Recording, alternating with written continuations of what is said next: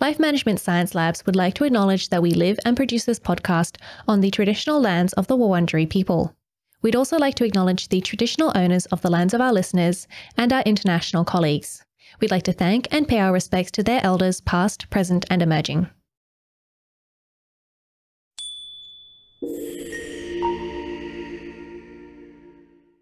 Hi everyone, and welcome to On the House, the Household Management Science Insights podcast produced by LMSL, the Life Management Science Labs. We are champions of life management science, providing structured insights informed by science and inspired by practice on key aspects of conscious living. Each week we bring you scientific and practical insights on each element with the expert knowledge of professionals in the field. I'm your host, Gabriella Joustra, coming to you from Naarm, Melbourne, Australia. Let's begin. Hi everyone, and welcome back to the show. Today we're going to be talking about how we can unite homeowners and land trusts through conservation easements. And we're talking to Casey Markle, who is the Conservation Associate at Allegheny Land Trust. And you might recognize Allegheny Land Trust because we actually talked to Julie Travaglini last week about sustainable home landscaping and balancing responsible land use and environmental conservation. So this is actually part 2 of 2 episodes. So if you want to listen to the first episode with Julie, head back to last week in the feed and you'll find it there. But I'd love to learn more about you, Casey. Welcome to the show. Thanks. I'm glad to be here. Great. Do you mind, introducing yourself in a bit more detail about who you are and why you're here today? For sure. My name's Casey Markle. I am the Conservation Associate at the Allegheny Land Trust. And I'll talk a little bit more about what a land trust does in a little bit. But I primarily do land conservation work and land acquisition. So just the legal kind of work involved with acquiring land. That sounds complicated. Is it complicated? It can be, yes. Yeah, I don't have any property. I don't know how to give property away. I don't know any of the laws surrounding that. So I'm looking forward to learning a bit more because I guess a dream would be to, have some land and maybe to, conserve that land and do something great with it one day. Still living in an apartment at the moment. But before we do get into this topic in a bit more detail, we're going to do a section that we call Have You Met Casey, where we get to know you through some of your favorite things. So first thing we'd like to know is, what is your favorite book? I'm going to do a shameless plug for Julie. She recently published a book called Super Skills of Backyards Bugs. And I just absolutely love it because it's so poetic and the pictures are just so interesting to look at. And I'm a very visual person. So I would say that's my favorite thing that I've read. Okay, great.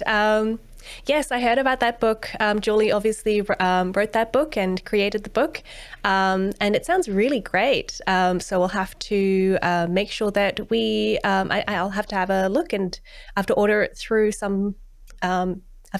online somehow, and I'll have to have a look.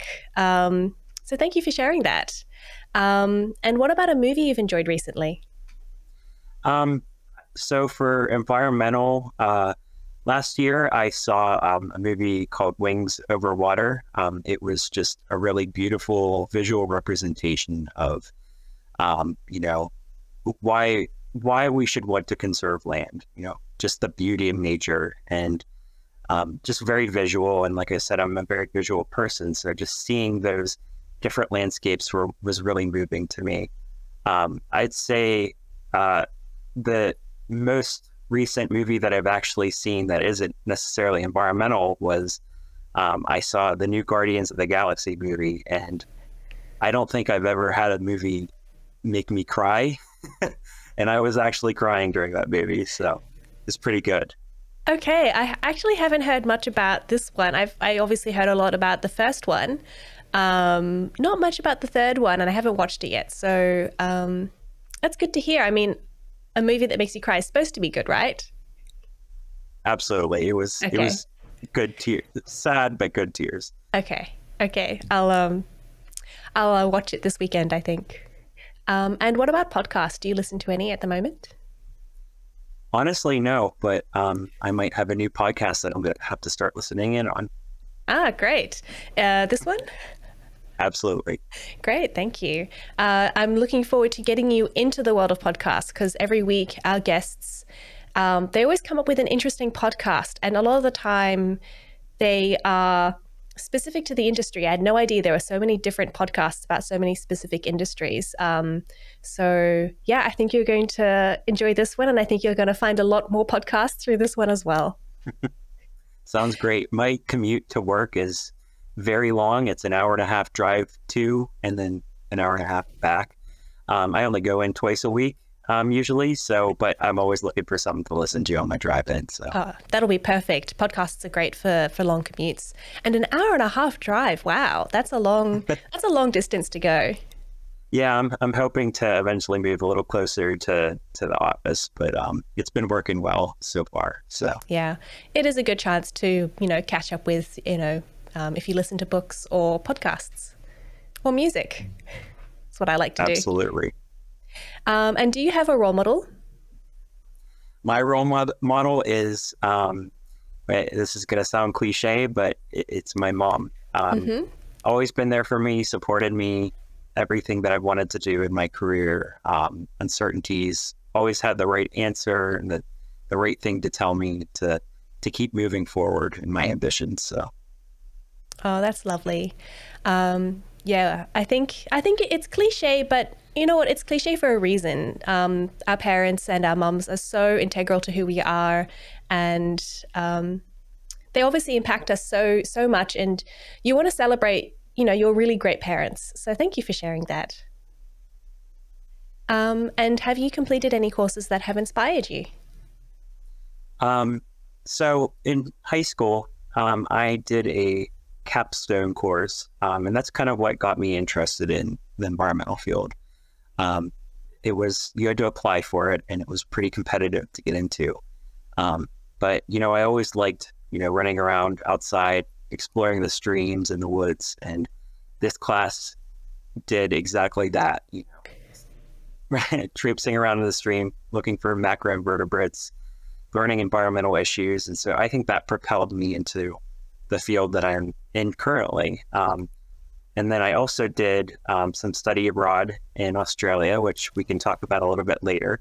It was pretty much life-changing for me, the stuff that I learned. So.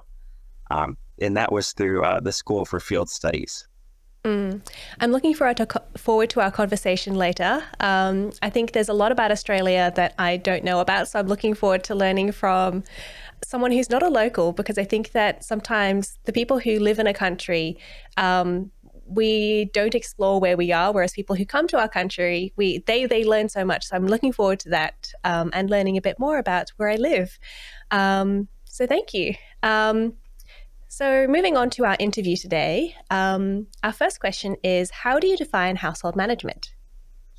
I think from a conservation standpoint, it's kind of having an understanding of what your carbon footprint is and making conscious decisions to reduce that footprint.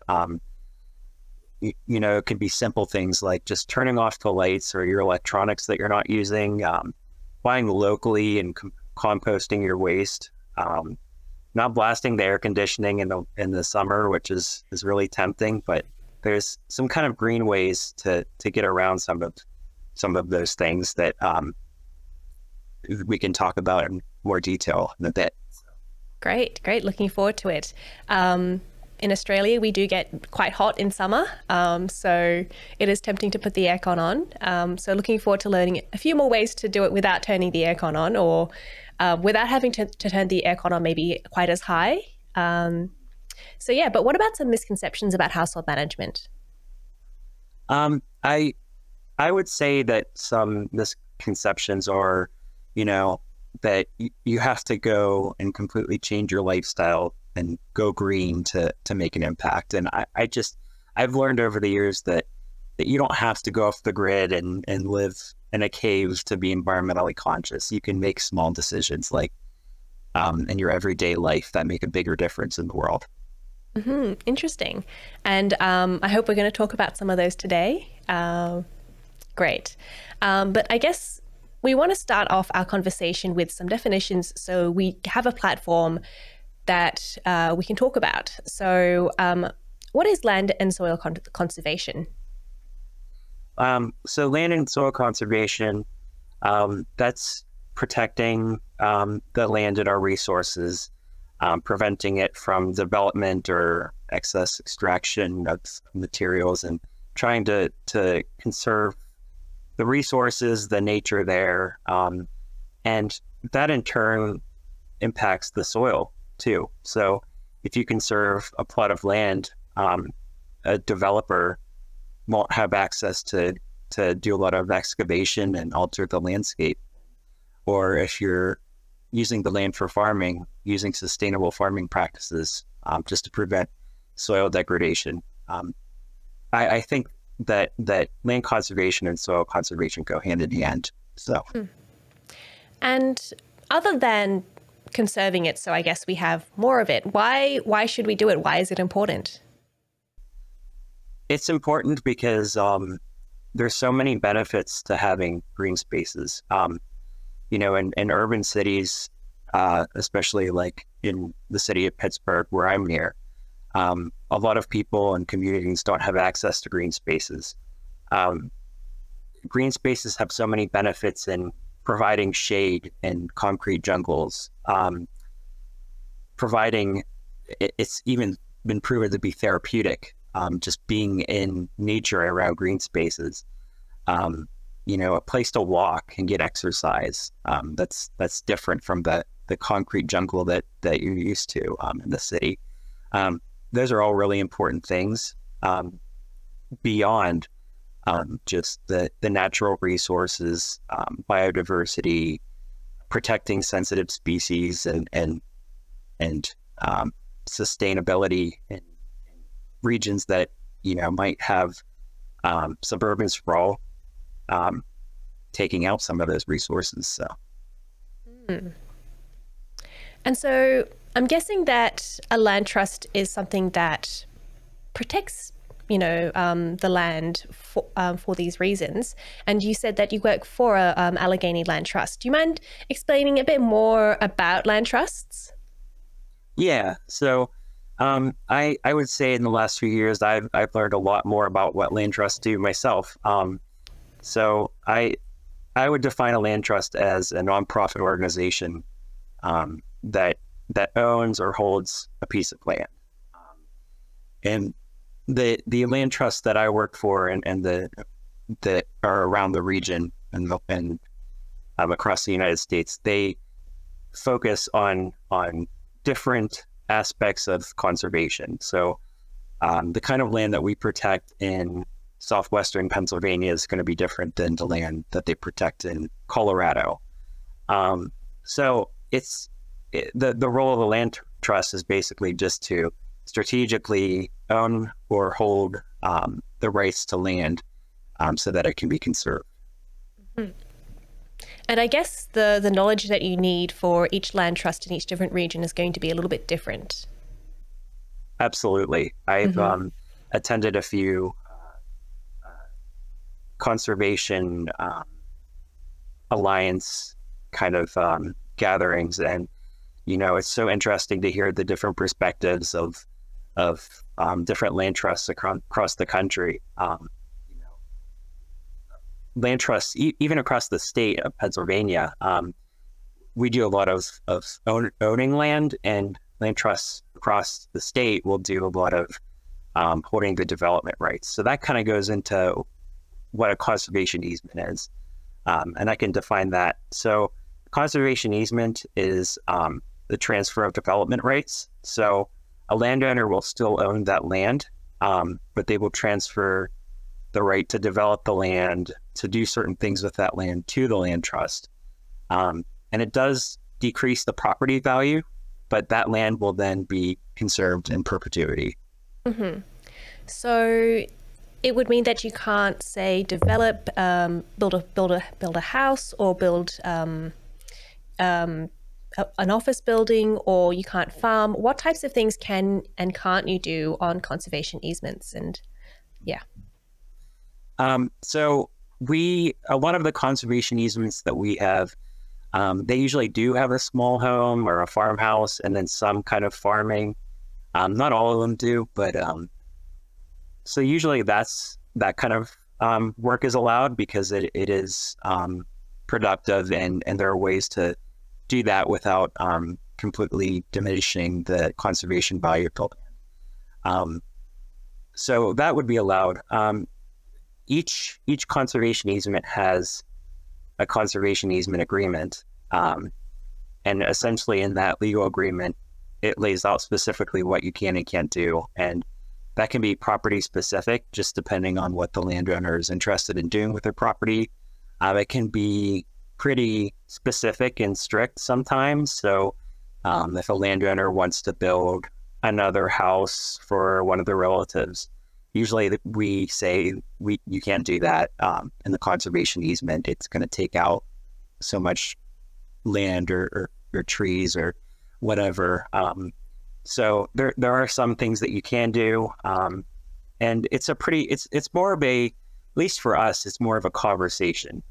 We encourage our landowners that we hold an easement on to come to us with questions about their land and say, we want to build this structure, we want to build a greenhouse, can we do that? And just having that conversation, I think, is important, just to talk about the conservation values.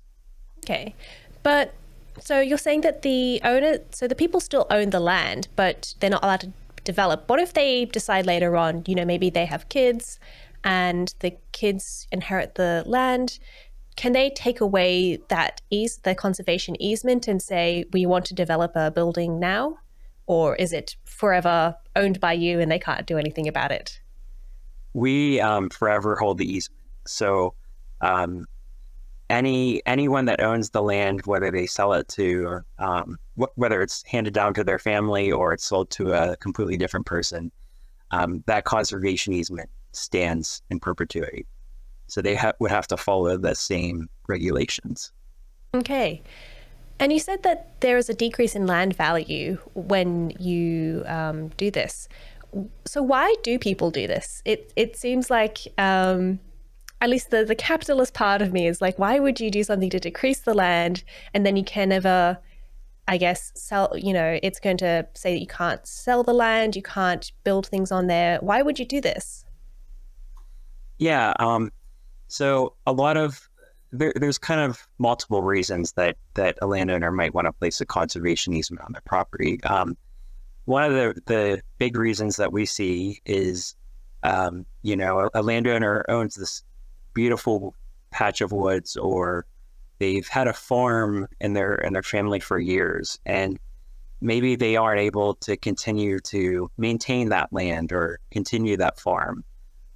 And they would just hate to see it go to a developer because that land could be prime land to build, apartment complexes or an office building. So they want to see that land how they've always visioned it, how their family has always visioned it.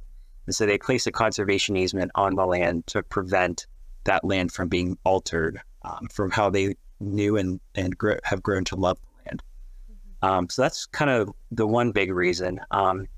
Another reason is, so if you sell, or if you place a conservation easement on the property, as I mentioned, that decreases the property value. And when you do that, the landowners are potentially eligible for a federal tax deduction. So we encourage, we're not, as a land trust, we're not allowed to give legal or financial advice on that change in value. But if a landowner is interested, they can seek a qualified independent appraisal. And then that value after the conservation easement, that value is considered donated value. And so they can submit that to the IRS for a tax deduction. So it kind of gives relief for landowners who are seeking to kind of relieve some of the taxes that they have. So there is a financial incentive of kind of doing this. But I think that the the biggest reason is just people want to see their land protected, and they might not be ready to sell it, or they might want to give it to their kids, but they want to make sure that this land is the way that they envisioned it. Mm-hmm. The tax and financial incentive is just a bonus for maybe a few people rather than the reason, but protecting the land is the most important. Okay.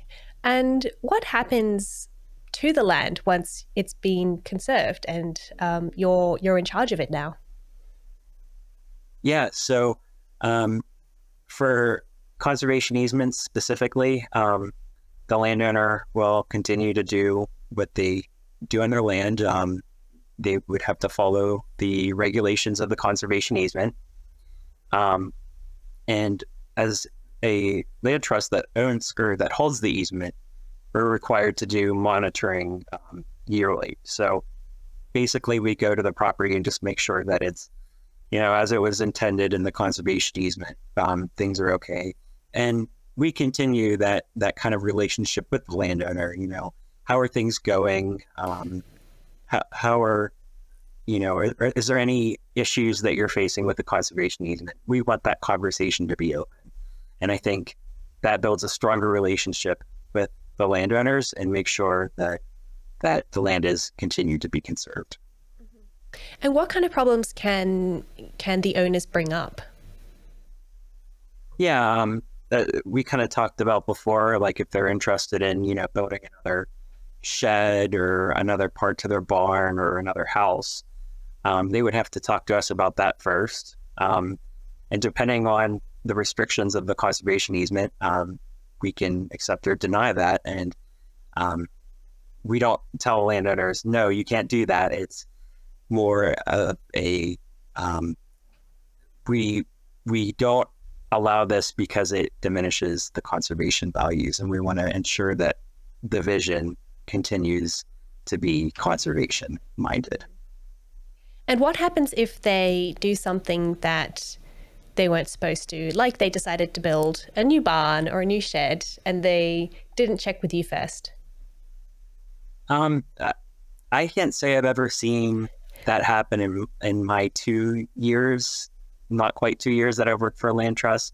Our stewardship team, who manages properties after we place the easement on them, can probably tell you some really exciting stories about things that have happened.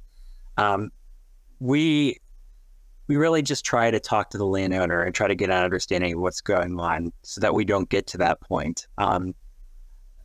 I guess if something did happen and there was pushback from a landowner, it could be a legal issue, but like I said, we never wanted to elevate to that position. So we try to work with the landowner as best as we can. And usually the landowner and our vision kind of align. So it's not usually an issue for us. And I guess the people who are, giving the land for the easement, they're doing it for a reason and they're wanting to work with you anyway. So they're probably not going to be trying to undermine you in any way, for the Absolutely. most part. Yeah. So other than that, so basically you just let the land do its thing, or do you come in and, make sure that, there are no invasive species? Do you come and do any clearing of, I don't know, if there's been a major fire? Do you come and clear logs? What else happens on the land? So I would say more for the land that we actually own, we do restoration work and kind of the clearing of invasive species. So our stewardship team will, when we acquire land, come up with either a vision plan or a sort of documentation about what the current conditions are. Mm-hmm. And from there, they can decide, there's a lot of invasive species. Maybe we should do some work to kind of mitigate that, or maybe there's some unsafe, trees that need to be taken down and replaced. Or maybe they want to plant a wildflower meadow. The opportunities are endless. But we kind of look at, what needs to be done, what could be done, and where the funding is. I'm sure my stewardship team could explain it way better, as I mostly do the land acquisition kind of side of things, but you know, there's those kind of things that we can do. Now, for Hmm. conservation easements, they do a baseline report, which basically describes the current conditions and just make sure that they continue to remain that way. If there is a problem, we will talk to the landowner and just try to get them to, maybe amend something that's an issue. I'm not sure specifically if we ever, go on the land ourselves and do work just because they're the landowner. I think we encourage them more to do the work. Okay, interesting. So I guess it is still up to the homeowners and the landowners to maintain the land, even though they have given you the conservation easement, or they've, yeah. Okay, interesting. Um, and so are there any other ways that, households and landowners and land trusts can work together? Maybe if they don't have land for a conservation easement, what can they do to support land trusts and the land that they're conserving? So we get a lot of interested people in the community that will see a vacant lot or a lot that's for sale, and a lot of times there's a story behind it. They have seen that lot and played on that lot when they were kids, or their kids play on it, or it's important to the community, and they would just hate to see it, raised over and developed. So we get a lot of inquiries from just people in the community, kind of informing us of certain opportunities to conserve land. So that's always very helpful for us. We try to stay as conscious of all the opportunities that there are, but it's just sometimes it's impossible to know every land opportunity in Allegheny County. So we definitely rely on the eyes of landowners and communities to nominate those properties for us. People can also, of course, donate financially to our projects. So for most of our projects, unless they're fully donations, we'll have to fundraise for those projects, and we will submit some funding requests to agencies and foundations, but the community plays a really integral part of funding a lot of our bigger projects. So we're always accepting of donations. And can the public go on to some of your land, and not obviously the ones that are owned by people, but can they go on there and, I don't know, go for bike rides, have picnics, that type of thing? Or is it more you're not allowed to go on there to protect animals and plants and things? We have a little bit of both. So I would say in the last year or two, we've been trying to, define what properties we're protecting. There are some properties that we like to call premier properties that we definitely encourage people to come onto the property, walk the trails, enjoy nature. We have a lot of education and stewardship events on those properties.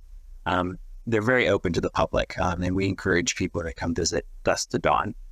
Then we kind of have a step more private from that, which is our conserved green spaces, conserved lands. And so we will have some trails that people can walk on, but it's not like we're having huge events or inviting large groups of people to come to the property. And the kind of third tier that we have is just strictly conserved lands. And so those will be the properties that have sensitive species that we're trying to protect. Maybe a dangerous cliff face that we don't want people getting hurt on. Technically, it's technically public land, but we don't advertise it, and we just encourage people to be really careful and not go on land to walk because it can be dangerous, or because there's a species that we're trying to protect. And if people want to find information about this type of thing, I mean, obviously, most people probably listening aren't going to be, did you say Pennsylvania? Yes. Yes, they're probably not going to be there. So, but in general, if people want to find out more about land trusts and where they can visit, where they should visit, and where they really shouldn't visit, do you have any like recommendations of how they can find this information out? Yeah, I'm not sure if there's like a one-stop shop defining conserved lands from a land trust. You can always look to see if your city, your county, your area, municipality, if they have a land trust, and usually their information page or website will have some information about the properties they protect and advice on how to get there and kind of get the most out of your visit. On our website, we have a map that shows all of our protected lands, and then we have specifically which ones we recommend. If people want to go and walk their dog, they can do it on this property, or if they want to go birding, it's excellent to do on this property. Or if they're interested in hunting and they want to get a hunting permit from us and then go on this property and hunt, if it's excellent for hunting. Or if we recommend, it's just, it's important to, kind of convey that information because we do get a lot of questions, but I would suggest, checking your, to see if there's a local land trust, or, a simple Google search for, conserved lands or green spaces might find something for you. So, because I've never thought about land trusts myself until, preparing for this conversation. And so I don't know if we have land trusts in Australia, or if we do, I don't know if there's one around me. I would just personally look at the council website, and I don't know if that's particularly useful for this type of information. So thank you for spurring this. I'm going to be having a look to see what areas I can and can't walk, and maybe if I want to go birding, I'll try that out somewhere nearby. Are there any misconceptions that people have about land conservation and land trusts? I'd say the biggest misconception is that we are anti-development. That's not exactly the case, I would say. I would say we're more conscious about development. We don't want, green spaces that have conservation values to be just completely eliminated. We want strategic planning for development. So in the city of Pittsburgh and the suburbs, there's plenty of already developed spaces that are available and that could be transitioned into, what a developer is kind of looking for. So I would say we would say, instead of going for that really nice, woods down the road, why not look at the abandoned building down the street that could be converted into, whatever you're looking to develop. So just being conscious of what you're getting rid of and making sure that people have access to those green spaces and it's not just all development. I think that's our goal. Some of my favorite developments are commercial buildings that they've converted into interesting apartment spaces. The one near me is Pentridge Prison, which they used to be a prison and now is an apartment complex. Wow. Yeah. My partner, we're looking for places to rent, and he refuses to look in Pentridge because he doesn't want to live in a prison. But I think it's a great use of the space, because what else are we going to do with it? Otherwise, it's just this big block of land that people don't want to use. Yeah. Yeah, redevelopment of previously developed land is such a it has a greater impact than you'd think, because not only are you not taking out green space, but you're also revitalizing the community. You're bringing resources to places that need them still, without taking out the other resources that we overlook. Definitely, they brought a cinema to our area, and I was very excited about that. That's awesome. They're disappearing from I would say the States, at least around Pennsylvania. A lot of movie theaters, you don't see them just because people like to stream movies now. So, but I think going to a movie and getting that experience is always special. So yeah, I feel like, I mean, it's obviously much easier to sit at home and stream, but I think there is no comparable experience to watching, particularly some of those big movies, together in an audience with this big screen. And I can't see myself not going to the cinema again. Absolutely. And so what about if you are a homeowner, you have some land, but you don't want to go into a conservation easement with a land trust, but you still want to do something with your land. What kinds of things can you do? Yeah, so you can, one of the things that you can do is tree planting. Last spring, actually, my family and I planted some trees in our yard. And we did a little research about, what are some good trees to plant in the area, and how can we kind of nurture those trees to grow and be productive. So I think if you have that ability to plant some trees, definitely one way that you can help kind of make sure that your land is green. Another thing that might sound kind of silly, but I do it every year, is around May and June. A lot of people around here like to mow their grass weekly. I'll go several weeks without mowing, just letting that kind of the wildflowers and the natural foliage just kind of come up, and letting those pollinators kind of have access to that during those months, I think is really important. So doing little things like that. You could create a small garden where you grow your own produce, and on the side you could have a compost bin, put some of your waste in there, and then use that soil for your garden. So I think there's lots of ways that you can kind of have property and maintain it as a environmentally friendly space without necessarily putting that easement on the land. And just having your own vision, I think is really rewarding. That's so interesting. And I love the idea of people who don't mow their lawns, who forget to mow their lawns, who can't be bothered, or too busy. They're actually helping, the environment in a way.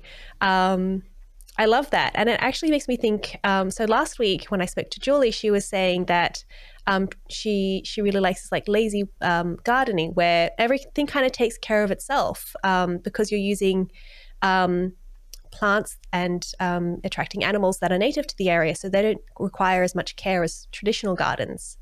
So yeah, I think that's so interesting, and I think it sounds so much easier than my dad, who has to prune his roses and mow his lawn every week or something, planting daffodils at the beginning of every spring, because they don't survive. Or they don't, I think that they just have a lifespan of a year or something. So yeah, and if you want to learn more about this topic, listen to our episode last week with Julie, because she has lots and lots of information about what you can do on your property to, promote land conservation and native species.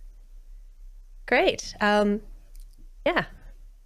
I was going to mention and also give a plug for Julie that I think every month she does a free webinar which she has on our Facebook page, Allegheny Land Trust Facebook page, that you can watch, and it's also recorded. So if you're not able to make the actual webinar, you can always watch the recording, and it's always something interesting about sustainability at home.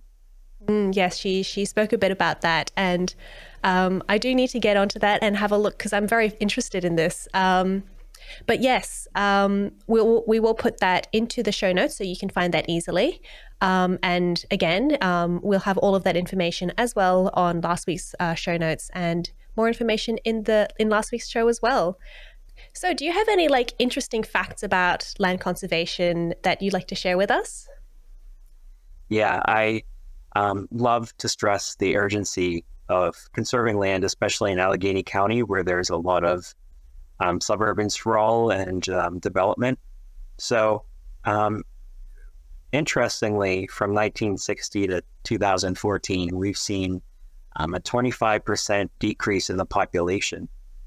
But on the other hand, we've seen 69% of the land in Allegheny County increase, that developed land, I'm sorry. So we're kind of seeing this interesting trend of people not living in the city and the suburbs so much, but actually more development going in. So with that trend, we're seeing 3 square miles per year, 3 square miles per year of green space lost. And so what we're trying to do is ramp up the amount of land that we conserve. In 2030, we're hoping to have green space accessible to everyone within a 10-minute walk. That's kind of a big thing that we're trying to do. And then also ramping it up to 2,000 acres per year conserve, which is a big push for us, but it's going to be, have a wonderful impact, I think, on communities. So right now, we currently have over 3,600 acres protected. Last year, we protected over 300 acres, and we're looking at protecting at least that amount this year. Always looking for big projects. So, and to kind of give you a better understanding, I'm not sure how in Australia you guys measure land, but I think 1 acre is about 4,000, a little over 4,000 square kilometers. So I don't know if that's kind of how you measure land there, or.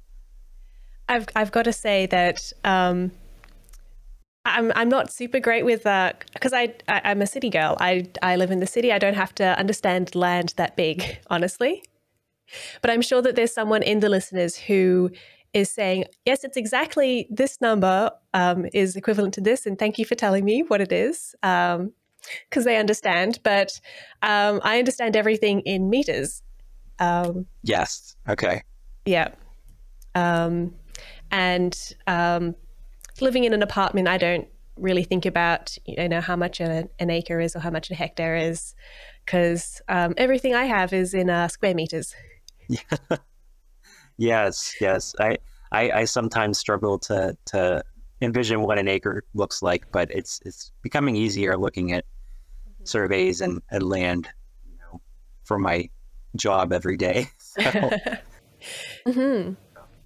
Yeah, so it's really important in preventing floods and landslides and everything. So it's really protecting ourselves, land conservation. Absolutely. And as climate change becomes more and more intense and sometimes even unpredictable, we want to make sure that we're conserving that land and doing the most that we can. Great. Yeah, very important. And thank you for that. So we'll move on to the practice habit debrief, which is where we talk about something that you do in your own life. So what is a practice that you do to manage your land or your home? Yeah, so I kind of mentioned about planting the trees last spring. We planted about 10 trees in our yard. Not only is that good for the most known reasons of, creating oxygen, carbon, it also, interestingly, can have a really good impact on, as I kind of mentioned earlier, the kind of the temperature management in your home. So if you have trees that are surrounding your home, that can decrease the temperature in that area. And then you might not necessarily need to rely on, air conditioning all the time or blasting it all the time. So that's one kind of interesting thing. Of course, you can grow trees that produce fruit and harvest that fruit. And then aesthetically, I think it's just really nice to have land that has a mixture of foliage and isn't just a green mowed yard. I think that planting trees is just so wonderful for so many reasons. So, but I guess there would be some amount of maintenance or problems with trees because they're so large. Are there any things you can do to help mitigate these problems? Yeah. So when we planted our trees, we kind of put some mulch around it just to prevent some competitive weeds kind of taking over. We have a lot of deer in the area that are looking for a tasty snack. So we put a little bit of a tree tube covering over it just to protect it. And then on the top of the tree tube, we'll put a wire mesh. And so one of the big problems with tree tubes that you can run into are birds or other animals will get stuck in the tree tubes and aren't able to get out. And so putting that wire mesh on the top kind of prevents any of that from happening. And then as the tree grows, they'll outgrow the tube, or you might need to remove that covering, the mesh covering. So it is an active kind of job to do. I know our stewardship team has planted acres of trees and had relied on volunteers to go out there and kind of manage those trees and make sure the tubes are working and taking off the coverings. So it is a lot of work, but it's definitely rewarding. Mm. And was there anything else that you'd recommend? You mentioned before that there are some ways that we can reduce the temperature of our houses, and you mentioned trees as one of them. Was there anything else that you'd recommend there? Yeah, you can always make sure that your windows have blinds so you're not letting in the hot sunlight.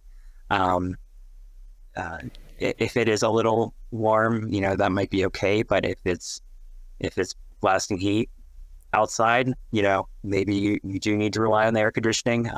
Just kind of picking the days that you're relying on it and trying not to be over reliant on it, I think is helpful. Mm-hmm. Okay.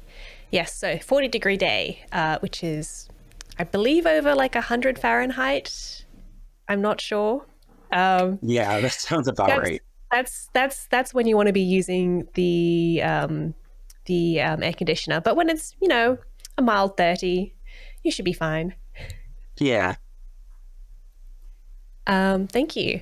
So we'll move on to the open mic now. And you were going to talk about a topic that is close to me, literally. And you're going to talk about your time in Australia. So why did you come to Australia?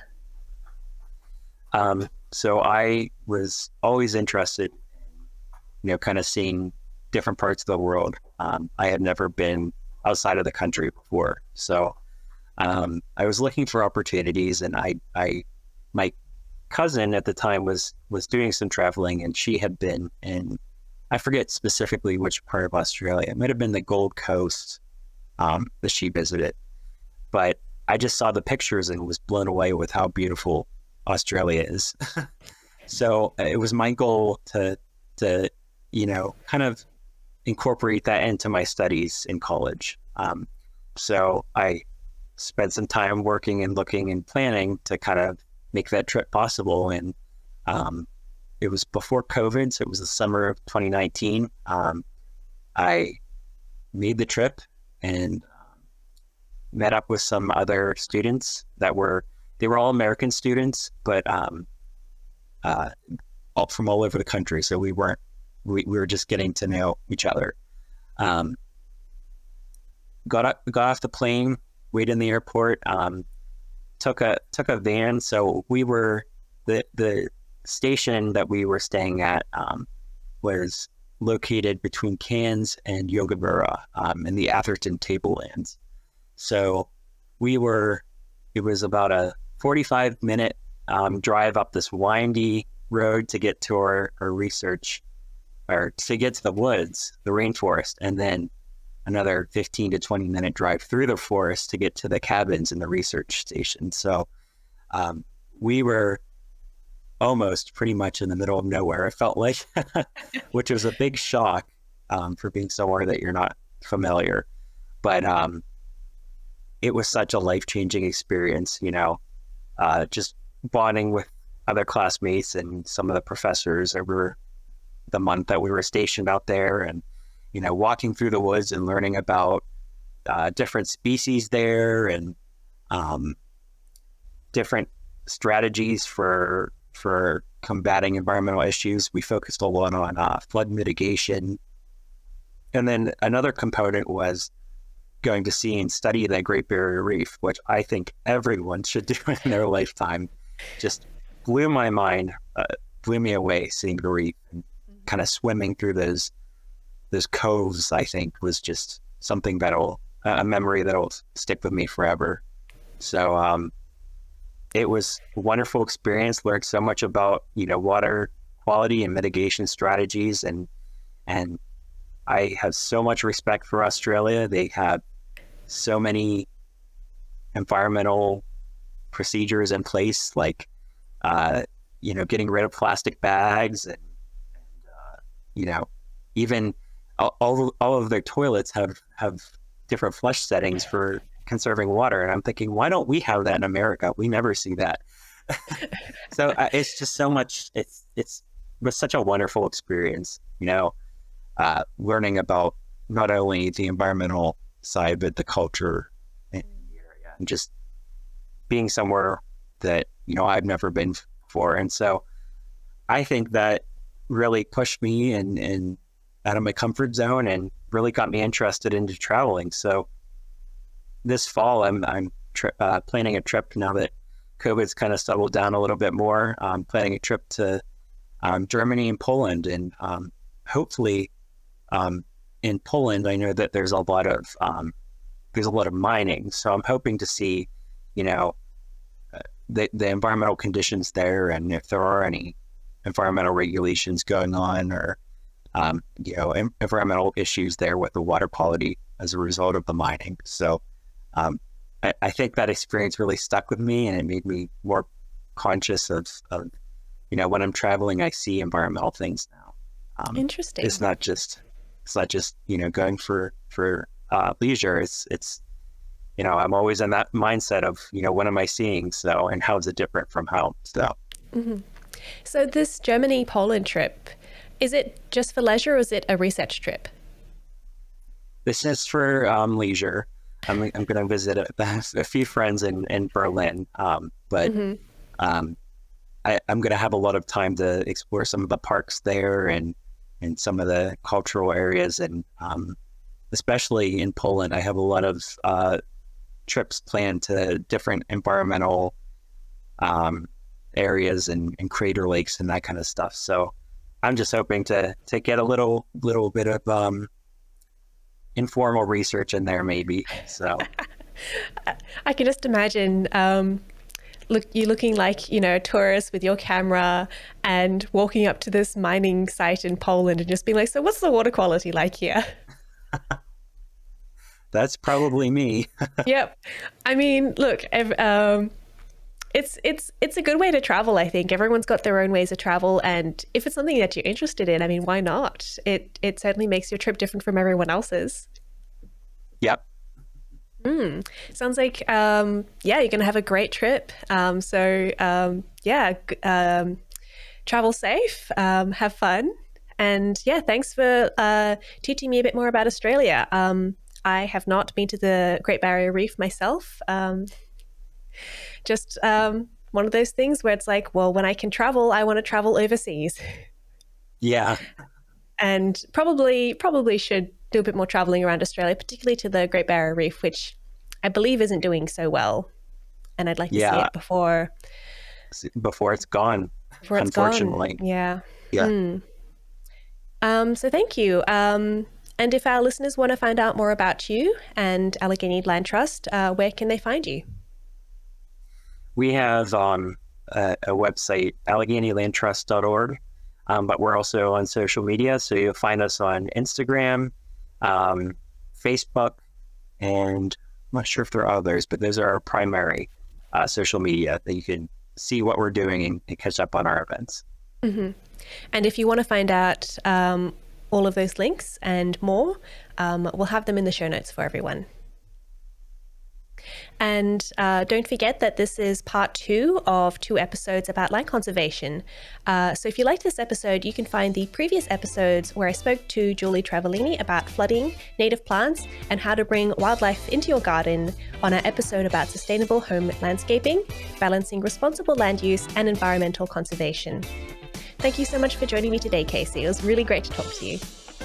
Thank you, Gabriella. I appreciate it.